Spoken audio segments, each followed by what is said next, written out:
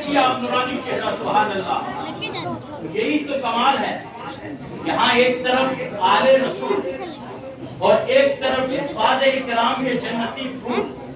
آئی سمجھ نہیں؟ اور پھر آپ ہیں اس وقت اللہ کے رسول کے مہمان کیونکہ شامل ہوئے ہیں آپ محفل میلاد رسول میں. سبحان اللہ. تو یہ اپنی جگہ کمال رکھتے ہیں، آپ بھی اپنے آپ کو بے مثال رکھتے ہیں، کیونکہ آج کے دن آپ نے دنیا داری پر نہیں لگایا بلکہ نبی پاک صلی اللہ علیہ وسلم کی وفاداری پر لگایا. سمجھ نہیں؟ ایک بار جھوم کر بولیے یا رسول اللہ. آپ کو میں کلوز کروں، میرا موضوع دوسرا شروع ہو چکا ہے. دو چیزیں میں جو حافظ صاحب نے بیان کی تھی وہ کر چکا، جو مجھے حکم دیا تھا. اب تیسری پر میری بات شروع ہوئی ہے. یہ مہمانان رسول جن کے سر پر آج دستار سجے گی، سبحان اللہ. اور کس چیز کی دستار؟ دستار حفظ قرآن. کہہ دو سبحان اللہ. اب پوچھ لیتے ہیں علماء کی موجودگی میں، یا رسول اللہ صلی اللہ تعالیٰ علیہ وسلم، جس نے آپ کی جو یہ کتاب ہے جو اللہ نے آپ کو عطا کی، لا ریب کتاب، جس کے لیے خود رب نے ارشاد فرمایا الف لام میم ذالک الکتاب لا ریب فیہ.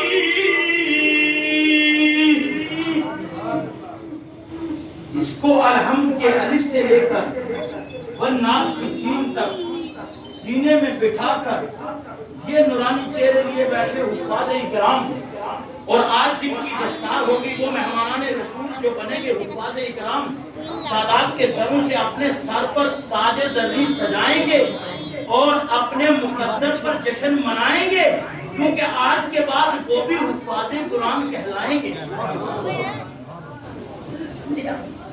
اب پوچھ لیتے یا رسول اللہ کیا ہے فائدہ؟ آقا نے ارشاد فرمایا کہ قیامت کا دن ہوگا. حافظ کی شان سنو.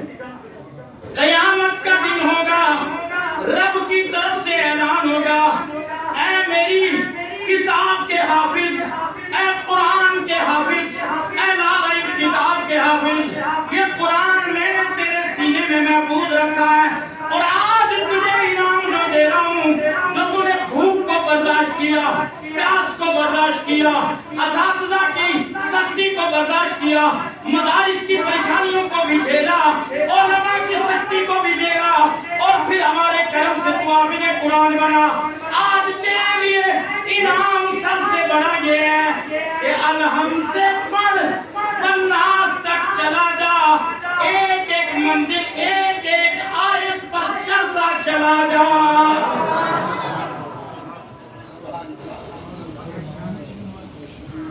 تو جتنی آیتیں ہوں گی اتنے درجے اللہ حافظ قرآن کو قیامت میں عطا فرمائے. اور قرآن بھی حافظ قرآن کے لیے سفارش کرے گا، اور حافظ قرآن اپنے ماں باپ کے لیے اور اپنے رشتہ داروں کے لیے شفاعت کرے گا. اور خالی شفاعت کرنے کے لیے بلکہ اللہ ان کی شفاعت کو قبول فرمائے. اور قرآن ساتھ لے کر کے، حافظ قرآن ساتھ لے کر کے اپنے والدین کو بھی جنت میں جائے.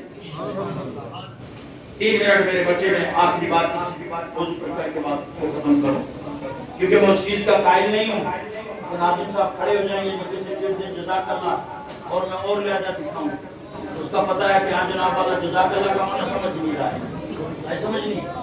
بہرحال ایک گنہگار ضرور ہوں لیکن سائیں بابا کا فیض لیے بیٹھا ہوں. سبحان اللہ. حضور تاج الشریعہ کا فیض لیے بیٹھا ہوں، لار کا جام پیے بیٹھا ہوں، اور الحمدللہ سادات کی نگاہیں لیے بیٹھا ہوں. اب توجہ کیجئے گا، ساری حفاظ کرام نہیں، ان کے والدین قیامت کے دن اللہ کے سامنے ان کے لیے کرسیاں لگی ہوں گی، ان پر بیٹھیں گے، سروں پر تاج سجا ہوگا، ایسا تاج ہوگا کہ یہ جناب چاند اور سورج کی روشنی اس کے آگے ماند پڑ جائے. کہہ دو سبحان اللہ. چاند اور سورج کی روشنی اس کے آگے ماند پڑے، میرے نبی کا فرمان ہے. پوچھا جائے گا کون لوگ؟ کیا یہ اولاد نبی جواب آئے نہیں، شہداء جواب آئے نہیں، کیا یہ پیغمبر جواب آئے نہیں؟ فرمایا پھر کون؟ فرمایا یہ وہ لوگ ہیں جنہوں نے اپنی اولاد کو عالم دین، قاری قرآن اور حافظ قرآن بنایا ہے۔ لہذا ان کی شان نرالی ہے، اور جب بن جاتے ہیں نا، خلاصہ سمندر کی تہہ میں جو مچھلیاں ہیں،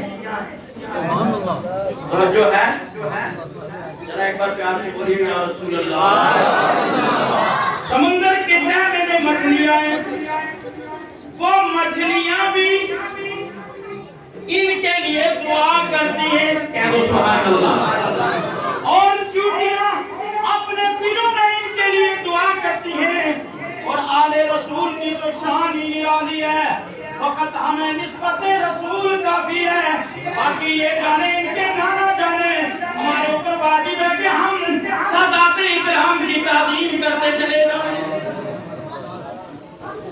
اب آپ کا حکم تھا جی صاحب کے اشعار اختتام میں دو اشعار آپ کے گوش گزار کر کے بات کو ختم کروں۔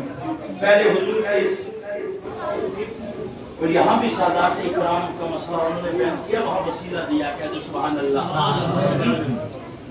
اور فرماتے ہیں واقعہ کیا ہے، کسی کا اشعار دیکھے کئی بار جگہ بیان کیا، میں ابھی نہیں کروں گا۔ خلاصہ یہ میاں صاحب کی، میں بشیر صاحب علیہ رحمہ کی روح بچپن میں قبض ہو گئی تھی، پھر حضرت جی صاحب کی جھولی میں لا کر ان کی والدہ نے رکھ دیا، اپنی جھولی میں رکھا رہا، تو پھر یہ نہیں کہ ڈائریکٹ کہا، حالانکہ وہ اللہ کے ولی تھے، اور ولی جو کہہ دے خدا پورا کر دیتا ہے، لیکن انہوں نے اپنے مریدوں کو تعلیم دی اور امت مصطفیٰ کو کیا کیا، طریقہ بتایا کہ ڈائریکٹ والے نہیں، انڈائریکٹ والے بنو، کہہ دو سبحان اللہ۔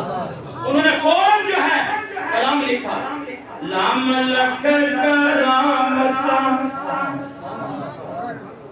اب اگر سبحان اللہ نے کہا تو بات ختم کر دیں، اب دو تین اشارے ہیں بس اس کے بعد، لام لکھ کرامتا اور پیچھے پہلے دنیا سادری بار بینا، ڈوبی جنگ ڈولی دیتی تجھ بولی، خاطر رب دی ان چپا مار بینا۔ کیا فرمایا؟ لاکھوں پہلے لگے ہوں لیکن آج پہلا نمبر میرا لگا دیجیے۔ اب کسی وہابی کے سامنے یہ اشعار پڑھو گے نا تو پہلے نمبر میرے اوپر شرک کا فتویٰ، اور پھر یہ جتنے سارے بیچارے بیٹھے ہیں یہ بھی نہیں بچیں گے، سمجھ جی غیر اللہ سے مدد مانگو۔ جی صاحب نے کہا لام لکھ کرامتا اور پیچھے لکھا دا نمبر بعد وچ آج پہلا نمبر میرا ہے، آج پہلا نمبر میرا ہے۔ اور آگے کہا، آگے پھر وسیلہ دوسرا دیکھو، ابد واسطہ حسن حسین داجی ساڑھے سیران تو غمیں اتار پیرا۔ جب یہ واسطہ وسیلہ پیش کیا نا حسنین کریم کا، کریمین کا، حضور کے نواسوں کا، حسنین کون ہیں؟ جو جنتی جوانوں کے سردار ہیں، کہہ دو سبحان اللہ، جو حضور کی نور نظر ہیں، جنہیں حضور چومتے بھی تھے، سونگتے بھی تھے، سبحان اللہ، کاندھے پر بٹھاتے بھی تھے، سجدے میں چلے جائیں کاندھے پر آ جائیں، سجدہ دراز فرما بھی دیا، سبحان اللہ۔ جب ان کا وسیلہ دیا نا، اللہ نے اپنے حکم سے روح کو دوبارہ واپس کر دیا، اور میاں صاحب کو 100 سالہ اللہ نے زندگی پھر دے دی۔ تو جی صاحب نے وہاں ایک شعر کہہ دیا، جیم جج جس دا نبی پاکے ہوگے تے سبھنی اسے داکیے کازا جاوے، جیم جج جس دا نبی پاکے ہوگے تے سبھنی اسے داکیے کازا جاوے، جس مثلی اتے میرا مور لاوے، اس مجرم نو کنے سزا ہوئے۔ اب آپ کی فرمائش بھی پوری ہوگی، جج حضور ہوں، مور غوث پاک کی لگ جائے، یہ لوگ اگر لکھ دیں نا یہ غلام آل رسول ہے، کام ہو گیا۔ حضرت عمر کی سنت ہے لکھوا لیا تھا لکھ کے دے دو کہا میری قبر میں بھی رکھ دینا سبحان اللہ اس لیے اولاد رسول سے اولیاء اکرام سے محبت رکھیے علماء حقہ سے محبت رکھیے اہل سنت جماعت کے عقیدے پر قائم دائم رہیے اللہ اسی پر ہم سب کو قائم دائم رکھے کلمہ اتقوا پڑھیے بلند آواز سے لا الہ الا اللہ محمد رسول اللہ صلی اللہ تعالی علیہ وسلم استغفر اللہ العظیم لا الہ الا هو الحی القیوم واتوب الیہ السلام